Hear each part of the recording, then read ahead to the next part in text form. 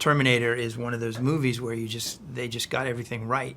Both the first and the second movie. Jim just, crosses his T's and dots his I's and really cares about the character and really puts thought into every single aspect of the filmmaking, which make them, the best science fiction movies ever made, in my opinion. I think the themes are just as relevant, if not more so, today. There's danger from the surveillance state. Artificial intelligence is, it's still too early to say if it's a benefit or a problem. I'm going to go with benefit right now. But the concerns are very real. In Jim's time, it was sort of relegated to the military-industrial complex, but now artificial intelligence is sort of infusing all aspects of life, and I actually think the danger is perhaps more insidious than it was before. Because I think the real danger is us giving up our autonomy to them willingly and letting them make decisions for us. Having Linda back was absolute key to the whole business. I always saw the Terminator stories as Linda's story, a Sarah Connor story. Only Linda Hamilton can be Sarah Connor, and so having her come back and reprise that iconic role, and I think enough time had passed and made it really interesting, so the time span allowed us to have a lot more depth to her character, as well as the T-800. I think in order for him to play properly in this story, you need a requisite amount of time for that to happen.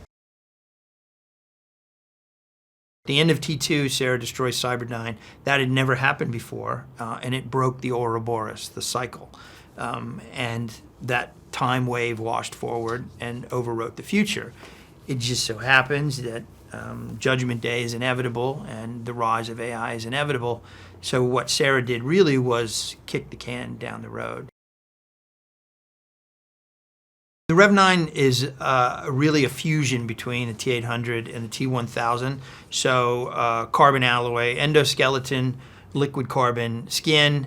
He's like he can split and operate autonomously. I tried to give him each a little slightly different personality. I think the endo is a little smarter than the ecto. But they have different skills. They're stronger together than they are apart, but the real ability to split is that they can hunt independently. They can corner their prey, and they have different sort of skill sets and lethality. Arnold's great. Before he shows up, we asked his team, like, what is it? What do we have to expect? And all his folks said was, he just likes to have a good time. He likes to come to set and have a light atmosphere. And we had a very light set.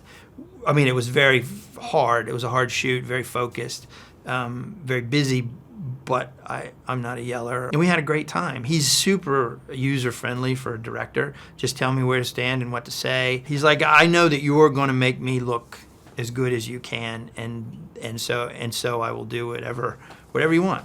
And he's a great actor. He's very subtle. I think subtlety in this role, it requires a lot of nuance to show you're still a Terminator, and yet you have this burgeoning emotional program running underneath it that is really changing the way you looked at the world.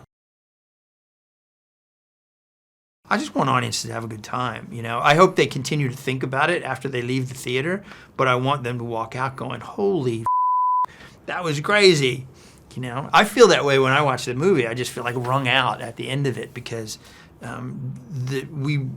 one of the best things about Jim's movies that I tried to replicate it is that pace.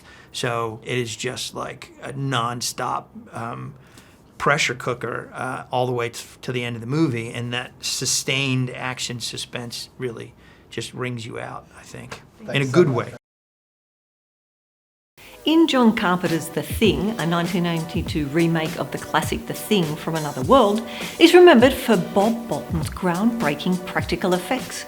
Bolton created some incredibly lifelike alien gore by using real-life dead animal parts. Most of the cast and crew were repulsed by the effects, but not Wilfred Brimley, who was a rancher and avid hunter.